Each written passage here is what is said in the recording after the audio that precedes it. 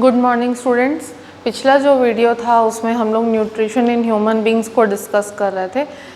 पिछले लेक्चर में हम लोगों ने बक्कल कैविटी का जो पार्ट है वहाँ तक हमने कंप्लीट किया था। ठीक है, अब बक्कल कैविटी में मैंने आपको क्या क्या बताया था। टीथ बताया था, टीथ के अलावा डेंटल फार्मूला बताया था, टंग, टेस्ट बड्स की लोकेशन, टंग का फंक्शन, टीथ का फंक्शन, सलाइवरी ग्लैंड्स कहाँ कहाँ पर हैं, सलाइवा के फंक्शंस क्या होते हैं, ये सारी चीज़ें मैंने आप लोगों को बताई थी। ठीक है, अब बक्कल कैविटी में जो फूड के च्यूइंग का प्रोसेस होता है, खाने को जो हम चबाते हैं, ठीक है, खाने को चबाने का जो प्रोसेस होता है उसको कहते हैं हम मैस्टिकेशन।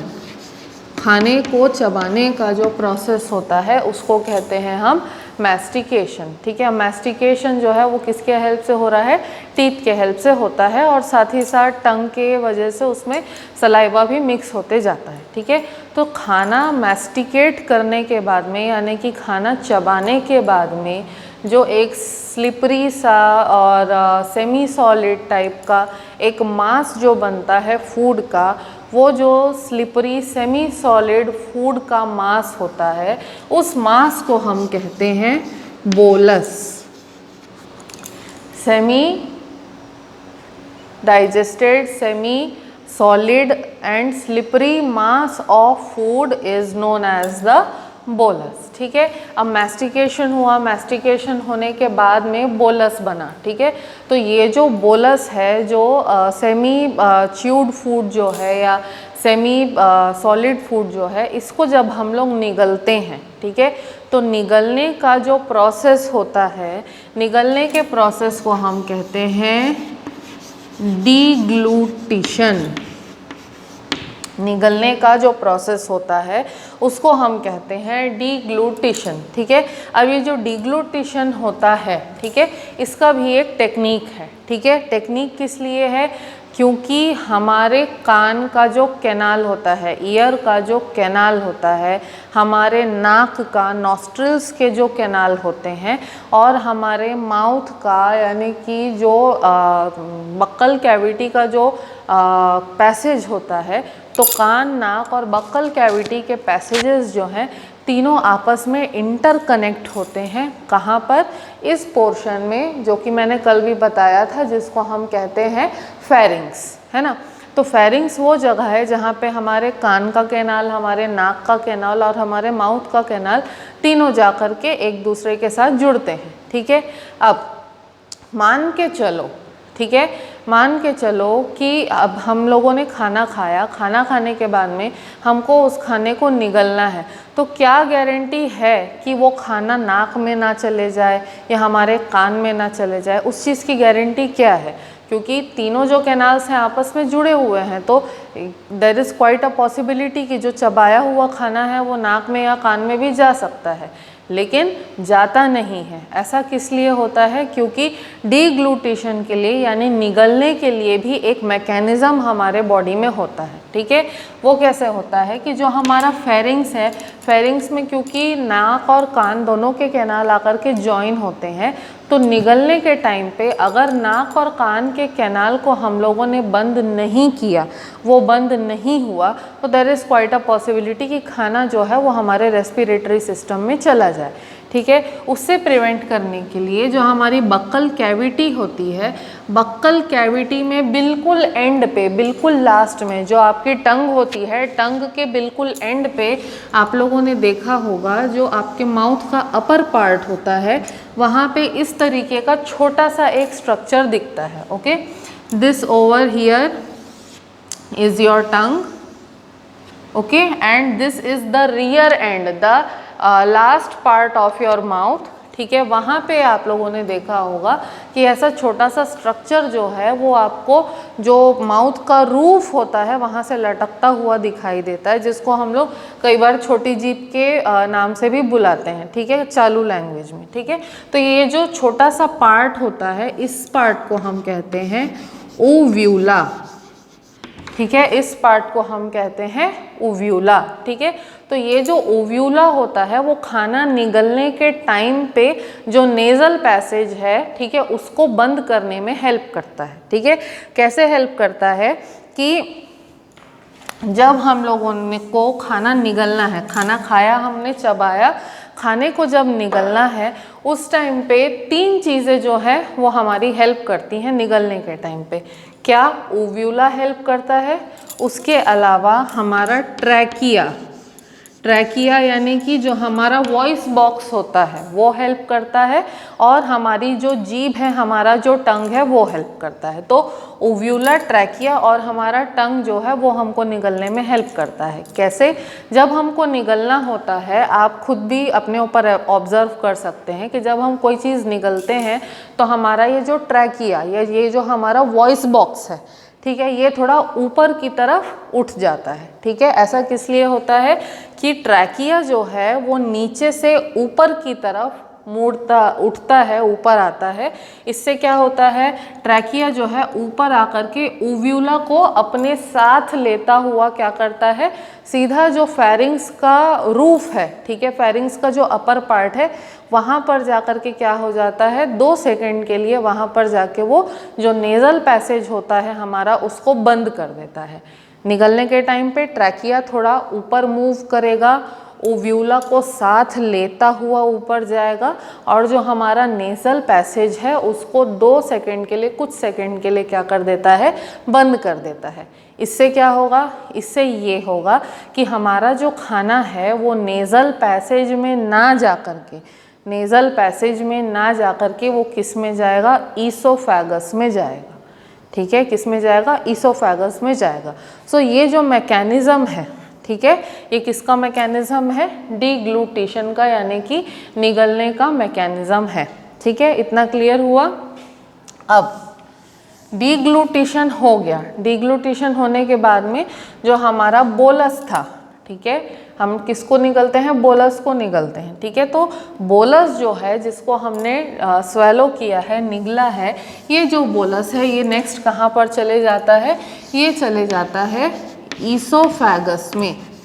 ठीक है, अब ईसोफेगस क्या है, ईसोफेगस जो है एक 25 सेंटीमीटर लंबा डिस्टेंसिबल और सॉफ्ट ट्यूब होता है। 25 सेंटीमीटर लंबा डिस्टेंसिबल यानी कि जो थोड़ा सा एक्सटेंड हो सके या जो थोड़ा सा फैल सके, इस तरीके का एक मस्कुलर ट्यूब होता है जो कि हमारे फेरिंग्स को हमारे स्टमक से क्या करता है, कनेक्ट करता है। और ईसोफेगस का काम क्या है, ईसोफेगस का काम है बोलस को हमारे स्टमक तक कन्वे करना, बोलस को हमारे स्टमक में पहुंचाना, ये काम होता है ईसोफेगस का। ठीक है, अब ईसोफेगस जो है वो ट्यूब के जैसा स्ट्रक्चर होता है। ठीक है, तो ईसोफेगस का जो ट्यूब है, ठीक है, इसकी जो वॉल होती है, वॉल में क्या प्रेजेंट होते हैं, वॉल में प्रेजेंट होते हैं इनवॉलेंटरी स्मूथ मसल्स। ठीक है, वॉल में प्रेजेंट होते हैं इनवॉलेंटरी स्मूथ मसल्स जो कि एक मूवमेंट प्रोड्यूस करते हैं। इस मूवमेंट को हम कहते हैं पेरिस्टाल्टिक मूवमेंट। ठीक है, इस मूवमेंट को हम क्या कहते हैं, पेरिस्टाल्टिक मूवमेंट कहते हैं। तो पेरिस्टाल्टिक मूवमेंट जो है वो कैसे एक्ट करता है, इस तरीके के वेव टाइप के मोशन में एक्ट करता है।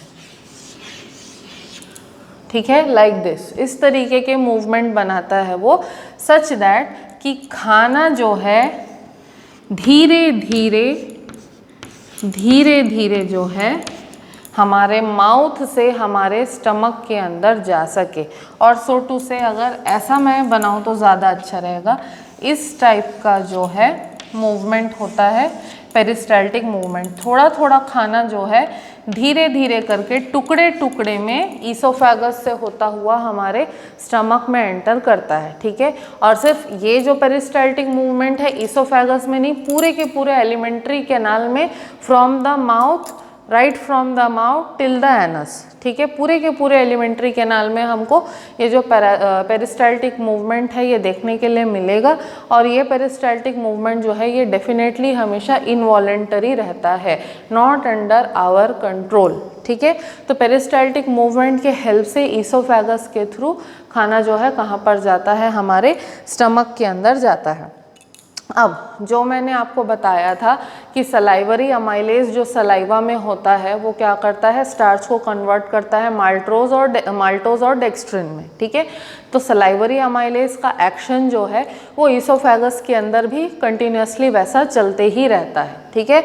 अब खाना जो है वो कहाँ पर मूव करता है, ईसोफेगस से मूव करके खाना पहुँचता है, बोलस पहुँचता है स्टमक में, ठीक है। खाना कहाँ पहुँचा, अब खाना पहुँचा स्टमक में, ठीक है। तो स्टमक क्या होता है, स्टमक जो है एक बहुत ही बड़ा जे शेप का मस्क्यूलर बैग के जैसा स्ट्रक्चर होता है। क्या होता है, लार्ज जे shaped muscular bag like structure होता है स्टमक, ठीक है, जो कि हमारे एब्डोमेन में टॉप लेफ्ट कॉर्नर में होता है। ये हमारा एब्डोमेन है, एब्डोमेन के टॉप लेफ्ट कॉर्नर में यहाँ पर जो है हमारा स्टमक प्रेजेंट रहता है, जस्ट बिलो द डायाफ्राम, ठीक है। Just below the diaphragm the stomach is present in the top left corner, ठीक है। अब स्टमक जो होता है, ठीक है, अगर मैं स्ट्रक्चर दिखाऊं,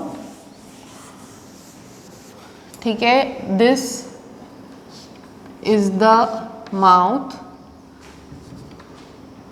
okay, this is the buccal cavity, the esophagus, and over here like this is the stomach, ठीक है।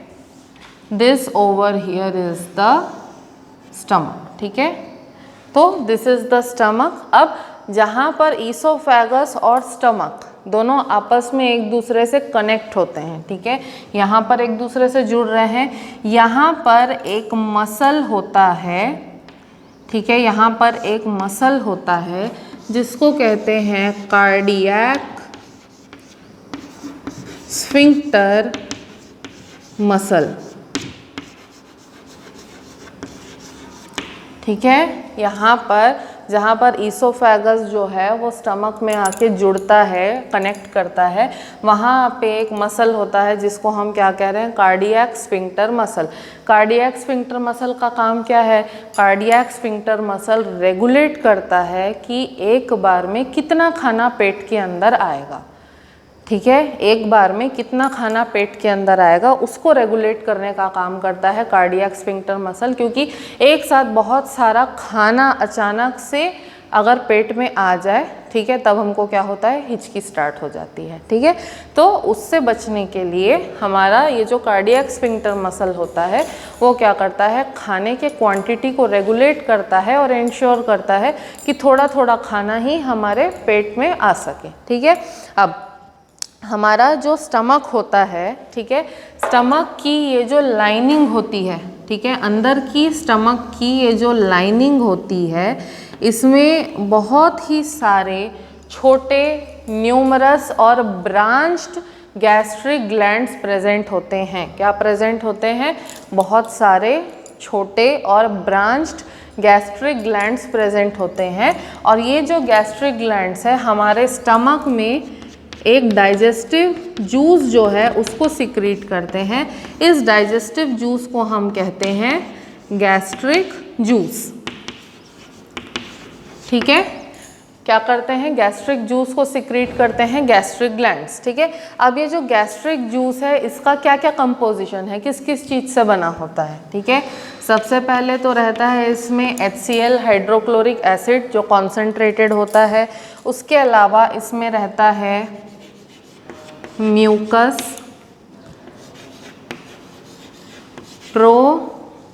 प्रोपेप्सिनोजेन,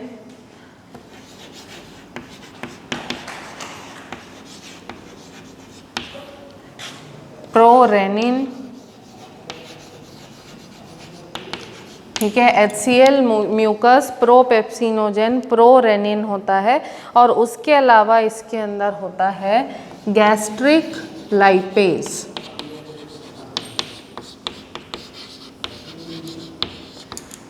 ठीक है, ये जो सभी चीज़ें हैं इनका अपना अपना एक फंक्शन है। ठीक है, अब यहाँ पे प्रोपेप्सिनोजेन और प्रोरेनिन जो है ये क्या है, ये प्रो एंजाइम्स है। ठीक है, प्रोपेप्सिनोजेन और प्रोरेनिन जो है ये प्रो एंजाइम्स है, इनएक्टिवेटेड एंजाइम्स होते हैं जो कि HCl के साथ कन्वर्ट होते हैं किसमें, अपने जो एक्टिव एंजाइम्स हैं उसमें। जैसे कि अगर प्रोपेप्सिनोजेन जो है उसको हम लोग देखें तो प्रोपेप्सिनोजेन HCl के इन्फ्लुएंस में आकर के कन्वर्ट होता है पेप्सिन में। ठीक है, प्रोपेप्सिनोजेन HCl के इन्फ्लुएंस में आकर के कन्वर्ट होता है पेप्सिन में। सिमिलरली जो प्रोरेनिन है वो HCl के इन्फ्लुएंस में आके कन्वर्ट होता है रेनिन में। तो पेप्सिन और रेनिन ये जो दो हैं ये एक्टिवेटेड एंजाइम्स होते हैं और इनके प्रीकर्सर कौन होते हैं, प्रोपेप्सिनोजेन और प्रोरेनिन। ठीक है, तो अब ये जो गैस्ट्रिक जूस के कंटेंट्स हैं सबका अपना अपना फंक्शन है। ठीक है, HCl, ठीक है, HCl जो होता है कॉन्सेंट्रेटेड एसिड होता है, उसका फंक्शन क्या होता है, उसका फंक्शन होता है कि स्टमक का जो मीडियम है उसको एसिडिक बनाना, क्योंकि ये जो पेप्सिन और रेनिन एंजाइम जो है ये एसिडिक मीडियम में ही काम कर पाएगा और खाने को तभी डाइजेस्ट कर पाएगा। तो एसिडिक मीडियम क्रिएट करना इम्पॉर्टेंट है, इसीलिए HCl क्या करता है, वो स्टमक में एसिडिक मीडियम को क्रिएट करता है। ठीक है, नेक्स्ट जो आता है म्यूकस। म्यूकस का काम क्या है, अब HCl जो है कॉन्सेंट्रेटेड एसिड है तो उसके अंदर इतनी कैपेसिटी है कि वो जो स्टमक के लाइनिंग में जो सेल्स हैं उन सेल्स को डिस्ट्रॉय कर सकता है। ठीक है, अब अगर गैस्ट्रिक ग्लैंड से डिस्ट्रॉय हो गए तो गैस्ट्रिक जूसेस को कौन सिक्रीट करेगा,